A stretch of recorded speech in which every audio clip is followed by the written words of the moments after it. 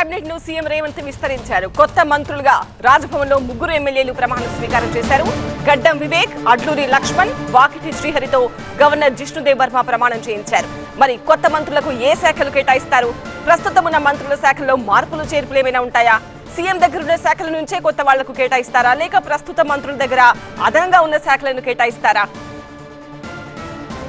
కొత్త మంత్రులకు శాఖల కేటాయింపుపై ఇప్పుడు ఉత్కంఠ కొనసాగుతోంది. కాసేపట్లో శాఖలు ప్రకటించబోతున్నారు సీఎం రేవంత్ రెడ్డి.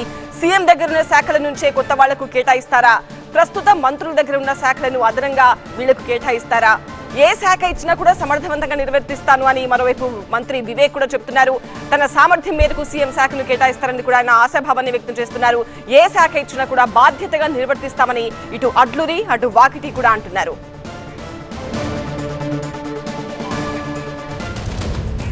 ఇదే అంశానికి సంబంధించి మా ప్రతినిధి ప్రభాకర్ తో మాట్లాడదాం. ప్రభాకర్, కొత్త మంత్రులకు ఏ శాఖలు కేటాయిస్తారు?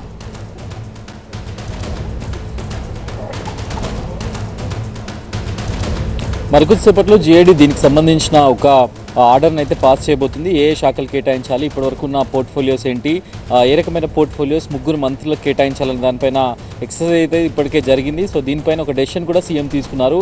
సో ప్రస్తుతం ముఖ్యమంత్రి దగ్గర కొన్ని శాఖలు ఉన్నాయి, అవి ఇప్పటివరకు ఎవరికి కేటాయించలేదు. దాంట్లో home and law and order, అట్లాగే municipal administration and urban development, అట్లాగే sports, animal husbandry, minority welfare and higher and school education.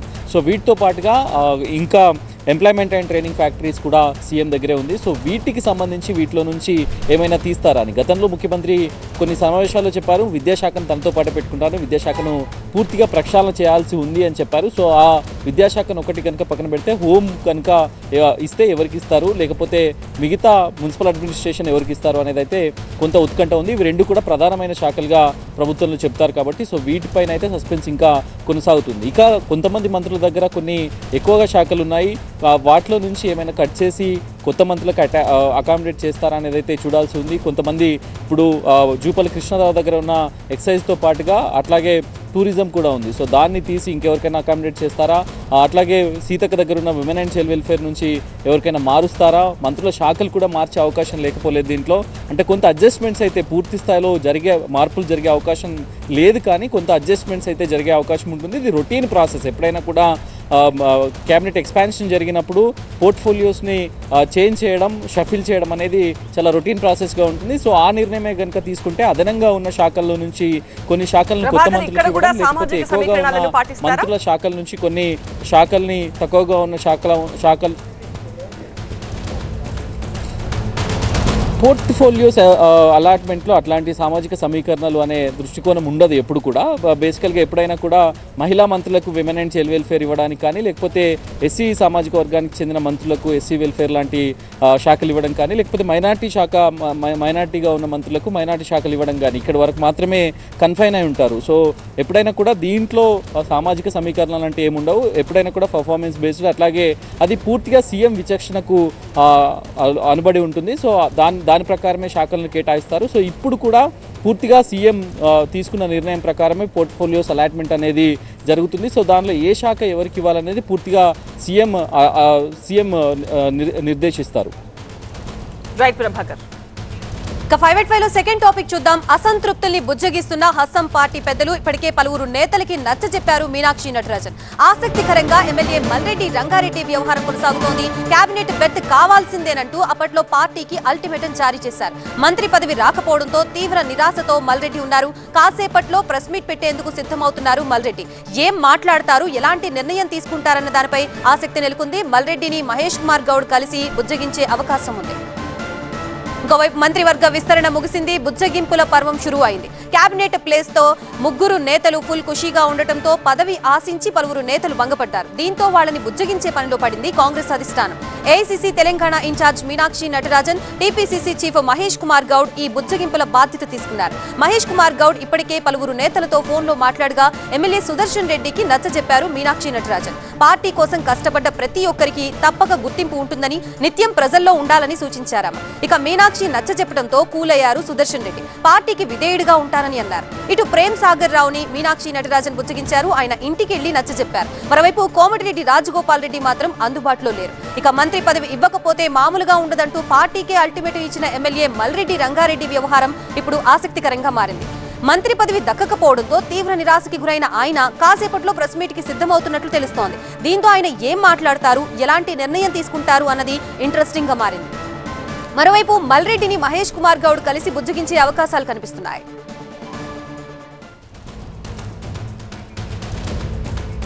ఇదే అంశానికి సంబంధించి మనకి పూర్తి డీటెయిల్స్ అందించడానికి మా ప్రతినిధి గోపి ఢిల్లీ నుంచి సిద్ధంగా ఉన్నారు. గోపి, ఎస్, మంత్రివర్గ విస్తరణలో లాభపడింది ముగ్గురే, పదవులు వచ్చింది ముగ్గురికే. కానీ అసంతృప్తి అలాగే తమకు పదవి వస్తుందని ఆశించి భంగపడ్డ నేతలు అరడజనకు పైగానే ఉన్నారు. సామాజిక సమీకరణాల వారీగా మొదటి నుంచి కూడా అనేక పేర్లు ఇటు మంత్రివర్గ విస్తరణలో వినపడిన పరిస్థితి. అధిష్టానం కూడా వాళ్ళకి గతంలో అష్యూరెన్స్ ఇచ్చిన పరిస్థితి కూడా ఉంది. ఖచ్చితంగా ఇవ్వాలి అని చెప్పి రాష్ట్ర నాయకత్వం కొందరు సిఫార్సు చేశారు అధిష్టానానికి. అలాగే వాళ్ళు కూడా అధిష్టానాన్ని వచ్చి కలిసి వెళ్ళినప్పటికీ కూడా 6 పదవులు ఖాళీగా ఉంటే 3టిని మాత్రమే మాలా, మాదిగా అలాగే బీసీ సామాజిక వర్గాలకు సంబంధించిన నేతలకు పదవులు దక్కడం జరిగింది. సో దక్కని వారు ముఖ్యంగా రెడ్డి సామాజిక వర్గానికి సంబంధించి కోమటిరెడ్డి రాజగోపాల్ రెడ్డి, మల్రెడ్డి రంగారెడ్డి అలాగే సుదర్శన్ రెడ్డి. ప్రధానంగా సుదర్శన్ రెడ్డి ఉమ్మడి నిజామాబాద్ జిల్లా నుంచి ప్రాతినిధ్యం వహిస్తున్నారు. ఖచ్చితంగా అక్కడ ఎవరు ప్రాతినిధ్యం లేరు కాబట్టి ఆయనకు వస్తుంది అని చెప్పి మొదటి నుంచి భావించారు. అలాగే కోమటిరెడ్డి రాజగోపాల్ రెడ్డికి పార్టీలో చేరే ముందు ఎన్నికలకు ముందు అష్యూరెన్స్ ఇచ్చారు.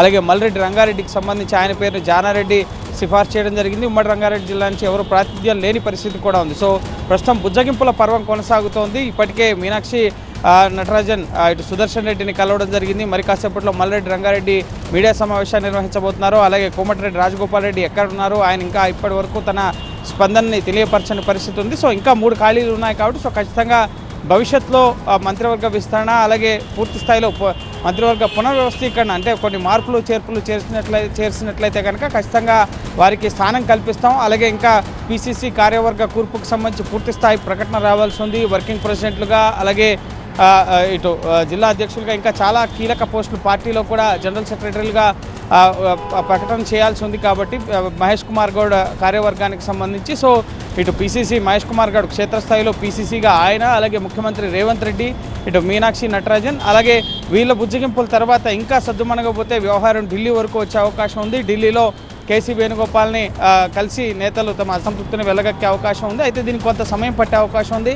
రాష్ట్ర నాయకత్వం ఢిల్లీ వరకు ఈ వ్యవహారాన్ని రాణిస్తుందా, అక్కడికక్కడే హైదరాబాద్లోనే వారికి నచ్చజెప్తారా అనేది మనం వేచి చూడాల్సి ఉంటుంది. ఒకవేళ ఢిల్లీ వరకు వస్తే కనుక ఖచ్చితంగా కేసీ వేణుగోపాల్ ఖర్గే వరకు ఈ వ్యవహారం వెళ్ళే అవకాశం ఉంటుంది. అనంతరం నెక్స్ట్ పార్టీ పదవుల్లోనూ అలాగే మంత్రివర్గ ముఖ్యంగా పిసిసి కార్యవర్గంలోనూ వాళ్ళకి సముచిత ప్రాధాన్యత కల్పిస్తాం. ఇతర నామినేటెడ్ పోస్టులు, ప్రత్యేక ప్రతినిధులు, ఈ విధంగా ప్రభుత్వ సలహాదారులు ఇంకా అనేక పోస్టులు ప్రభుత్వం భర్తీ చేసే అవకాశం ఉంటుంది. కాబట్టి సో ఖచ్చితంగా సముచిత ప్రాధాన్యత ఇప్పుడు మంత్రివర్గ విస్తరణలో స్థానం దక్కని వారికి ముఖ్యంగా ఇటు గడ్డం వివేక్కి స్థానం లభించడం జరిగింది. వినోద్కి స్థానం లభించలేదు. సో ఆయన కూడా ఆశించారు. సో సామాజిక సమీకరణాల వారీగా ఇప్పుడు మంత్రివర్గంలో స్థానం లభించిన వారితో పాటుగా ఆ సామాజిక వర్గానికి సంబంధించిన ఇతర నేతలు కూడా కొంత అసంతృప్తిలో ఉన్నట్లుగా తెలుస్తుంది. సో వారితో కూడా అధిష్టానం ఇటు మీనాక్షి నటరాజన్తో కానీ అలాగే ఇటు పిసిసి రేవంత్ రెడ్డి వీరితో కలిపి చర్చలు జరిపించే అవకాశం ఉంటుంది. సో ఎక్కడ అసంతృప్తి లేకుండా నెక్స్ట్ స్థానిక సంస్థల ఎలక్షన్స్ రాబోతున్నాయి. పార్టీని ఐక్యంగా బలపరిచేందుకు ముందుకు తీసుకెళ్లేందుకు కావాల్సిన కార్యాచరణతో అందరూ ఐక్యంగా పనిచేయాలన్న సందేశాన్ని ముందుకు తీసుకెళ్లే అవకాశం ఉంది. ప్రభుత్వంలో పదవులు రాలేదు కాబట్టి పార్టీలో వారికి సముచిత గౌరవం అలాగే ఉన్నత పదవులను ఇచ్చే ఆలోచనలో కూడా అధిష్టానం ఉన్నట్లుగా తెలుస్తోంది. నెక్స్ట్ స్టోరీ చూద్దాం. హైదరాబాద్ నాంపల్లి ఎగ్జిబిషన్ గ్రౌండ్స్ లో చేప ప్రసాదం పంపిణీ షురు అయింది. చేప ప్రసాదం కోసం తెలుగు రాష్ట్రాల నుంచే కాకుండా ఇతర ప్రాంతాల నుంచి కూడా జనం తరలి వస్తున్నారు.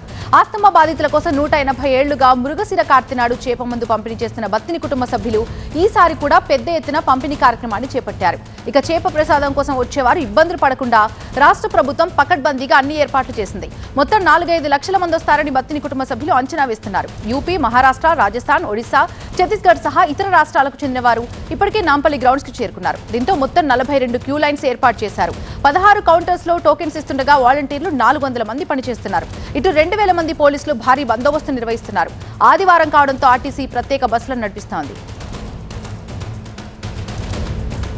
చేప ప్రసాదం పంపిణీ షురు అయింది. మరి ఏ విధంగా కొనసాగుతుందో పూర్తి అప్డేట్స్ అందించడానికి మా స్టాఫ్ రిపోర్టర్ లక్ష్మీకాంత్ సిద్ధంగా ఉన్నారు. లక్ష్మీకాంత్, ఇప్పటి వరకు ఎంతమంది చేప ప్రసాదాన్ని స్వీకరించారు, ఇప్పటి వరకు ఎంతమంది వచ్చినట్టు చెప్తున్నారు, అండ్ లైన్ లో నిలబడి ఒక వృద్ధుడు ప్రాణాలు కోల్పోయినట్టు తెలుస్తుంది. దీనికి సంబంధించి పూర్తి అప్డేట్స్ ఏంటి? హైదరాబాద్ మహానగరంలోని నాంపల్లి ఎగ్జిబిషన్ గ్రౌండ్లో చేప ప్రసాదం పంపిణీ చాలా ఘనంగా జరుగుతుందని చెప్పొచ్చు. ఈరోజు సండే కావడం, అదేవిధంగా మృగశిర కార్తీక అవడంతో ఈరోజు చేప ప్రసాదం ఇస్తే వారికి ఉన్నటువంటి వ్యాధులు, ఉబ్బసం వ్యాధులు అన్నీ కూడా తొలగిపోతాయనే నమ్మకం. అదేవిధంగా గతంలో హిస్టరీ చూసుకుంటే దాదాపు 175 సంవత్సరాల నుంచి ఈ ప్రాంతంలో ఇక్కడ ఇస్తున్నటువంటి బత్తిన సోదరుల కుటుంబం ఇస్తున్నట్టు చేప ప్రసాదం చాలా నమ్మకంతో వస్తారు. చాలామందికి వ్యాధి నయమైందని వస్తున్న నేపథ్యం ఇక్కడ మనతో TV9తో చూపించడానికి బత్తిన కుటుంబం, స్వయంగా బత్తిన కుటుంబం ముందుకు వచ్చింది. మీరు ఏ విధంగా చేస్తుంటారు ఒకసారి, మీరు మీ వాళ్ళు కానీ వెయిట్ చేస్తున్నారు కదా చేప ప్రసాదం, ఒకసారి చూపించండి. చేప ప్రసాదం చూడండి.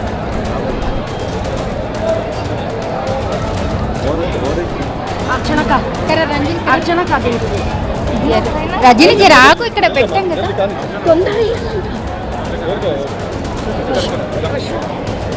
నాకు పెట్టు.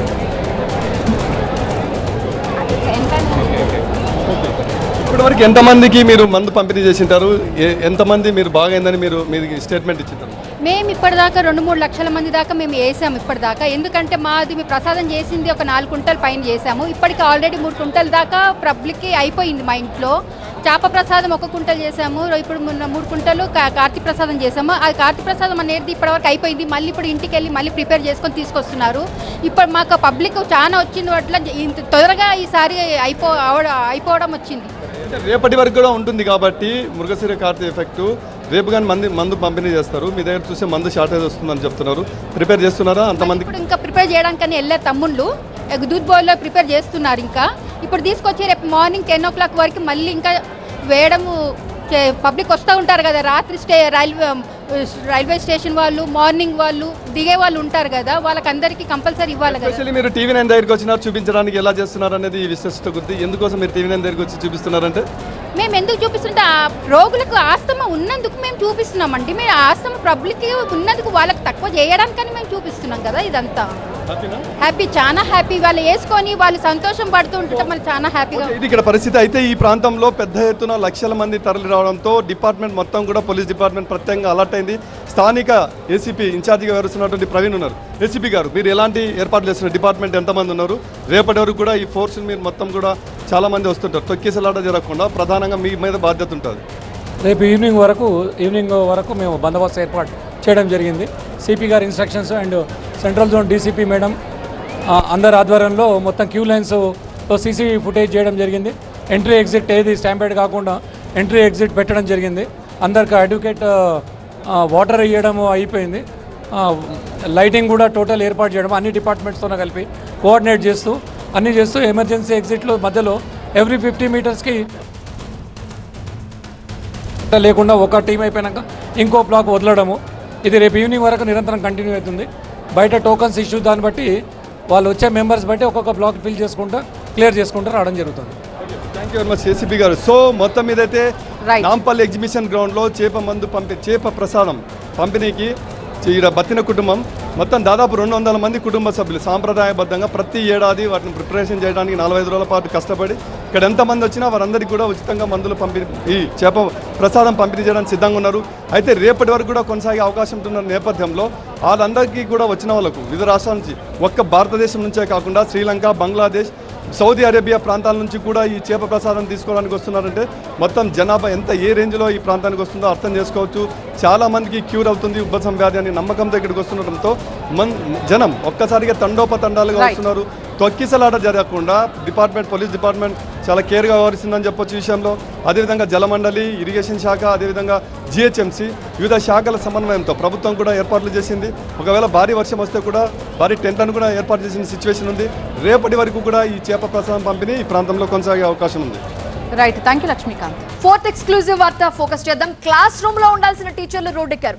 చాక్ పీస్ పట్టాల్సిన చేత్తో ప్లకార్డులు పట్టుకుని ఆందోళనకు దిగారు. పాఠాలు చెప్పాల్సిన వాళ్లు ప్రభుత్వానికి వ్యతిరేకంగా నినాదాలు చేశారు. SGTలకు మాన్యువల్ కౌన్సిలింగ్ నిర్వహించాలని డిమాండ్ చేస్తూ ఏపీలో ఉద్యోగులు మెరుపు సమ్మెకి దిగారు. రాష్ట్రంలోని అన్ని DO ఆఫీసుల వద్ద ఆందోళన చేపట్టారు.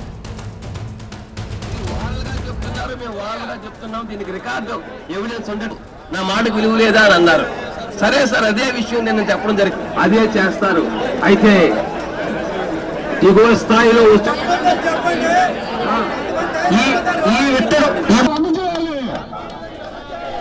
వెబ్ కౌన్సిలింగ్ వద్దు, మాన్యువలే ముద్దు అంటూ నినాదాలు చేశారు ఉపాధ్యాయులు. ఎస్జిటి ఉపాధ్యాయులకు మాన్యువల్ కౌన్సిలింగ్ ద్వారా బదిలీలు నిర్వహిస్తామని పాఠశాల విద్యా కార్యదర్శి హామీ ఇచ్చి దానికి భిన్నంగా వెబ్ ఆప్షన్స్ ఎనేబుల్ చేయడాన్ని ఉపాధ్యాయ సంఘాల ఐక్య వేదిక తీవ్రంగా వ్యతిరేకిస్తోంది. దీంతో వెబ్ ఆప్షన్స్ పెట్టకుండా బాయ్కాట్ చేయాలని పిలుపునిచ్చింది. ఫలితంగా రాష్ట్ర వ్యాప్తంగా ఉపాధ్యాయులంతా కూడా రోడ్డెక్కారు. ఎందుకు వెబ్ కౌన్సిలింగ్ వద్దు అంటున్నారు వివరించడానికి మా ప్రతినిధి నాగరాజు లైవ్ లో సిద్ధంగా ఉన్నారు. నాగరాజు, ఎందుకు మాన్యువలే కావాలంటున్నారు? పెద్ద ఎత్తున ఉపాధ్యాయులంతా ఇప్పుడు ఆందోళన చేస్తున్నారు. మరి విద్యాశాఖ అధికారులు ఎవరైనా స్పందిస్తున్నారా? ఇవాళ ఈ రోజు నుంచే కూడా ఈ వెబ్ కౌన్సిలింగ్ మొత్తం కూడా ప్రారంభం కావాల్సి ఉంది. దీంతో ఒకసారిగా టీచర్లంతా, ఎస్జిటీలంతా కూడా వెబ్ కౌన్సిలింగ్ వద్దు, మాన్యువల్ కౌన్సిలింగే కావాలంటూ డిఈఓ కార్యాలయాల వద్ద ఆందోళనకు దిగిన నేపథ్యం అయితే కనిపిస్తూ ఉంది. ప్రధానంగా ఎందుకు వద్దు అంటున్నానికి 2-3 రీజన్స్ అయితే టీచర్స్ చెప్తా ఉన్నారు.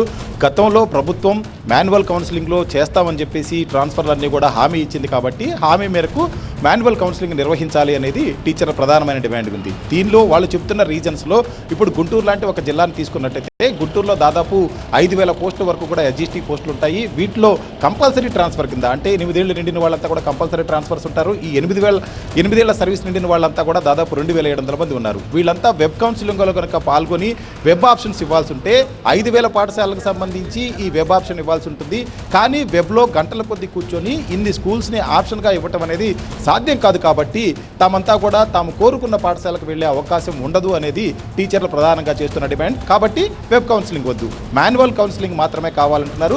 కొంత ఏదైనా పర్టికులర్ ర్యాంకింగ్లో ఉన్న వాళ్ళకైతే మాత్రం ఒక 50వ ర్యాంక్లో ఉంటే సపోజ్ మనం అనుకుంటే 50 పాఠశాలకు సంబంధించి కౌన్సిలింగ్లో వెబ్ ఆప్షన్స్ ఇవ్వాల్సి ఉంటుంది. లేదంటే తను ఉన్న స్కూల్ కూడా, తను ఇప్పటి వరకు అయితే పనిచేస్తున్న స్కూల్లో కూడా 51 ఆప్షన్గా ఇవ్వాల్సి ఉంటుంది. కాబట్టి అది కొంత సులభంగా ఉంటుంది. కానీ ఎవరైతే సర్వీస్ కంప్లీట్ చేసుకొని కంపల్సరీ ట్రాన్స్ఫర్లో ఉంటారో వాళ్ళందరికీ కూడా ఇన్ని వేల పాఠశాలను వెబ్ కౌన్సిలింగ్ ఇవ్వటం సాధ్యం కాదు. కాబట్టి మాన్యువల్లోనే చేయాలి అనేది డిమాండ్. అదేవిధంగా ప్రభుత్వం కూడా గతంలో టీచర్లకు హామీ ఇచ్చింది, మాన్యువల్ కౌన్సిలింగ్ చేస్తామని హామీ ఇచ్చింది కాబట్టి చెయ్యాలి. ఇప్పుడు ఒకవేళ వెబ్ కౌన్సిలింగ్ చేసినట్లయితే గంటల కొద్దీ వెబ్ సెంటర్లకు వెళ్ళి నెట్ సెంటర్లో కూర్చొని ఈ ఆప్షన్స్ అన్ని కూడా చేయాల్సి ఉంటుంది. ఇది సాధ్యం కాదు. కాబట్టి ప్రభుత్వం సానుకూలంగా ఈ నిర్ణయాన్ని, ఏదైతే టీచర్లు వినిపిస్తున్న ఈ డిమాండ్స్ అన్నింటిని కూడా సానుకూలంగా తీసుకొని వెబ్ కౌన్సిలింగ్ వద్దు, మాన్యువల్ కౌన్సిలింగ్ చేయాలి అనేది టీచర్లు చెప్తా ఉన్నారు. అయితే ప్రభుత్వం ఏ విధంగా ముందుకు వెళ్తుంది అనేది చూడాల్సి ఉంటుంది. ఇవాళ ఇప్పటికీ అయితే వెంటనే ఒక నిర్ణయం తీసుకోలేదు. కాబట్టి రేపు ఎల్లుండిలో టీచర్లు ఏదైతే డిమాండ్ చేస్తున్నారో వాటన్నిటి మీద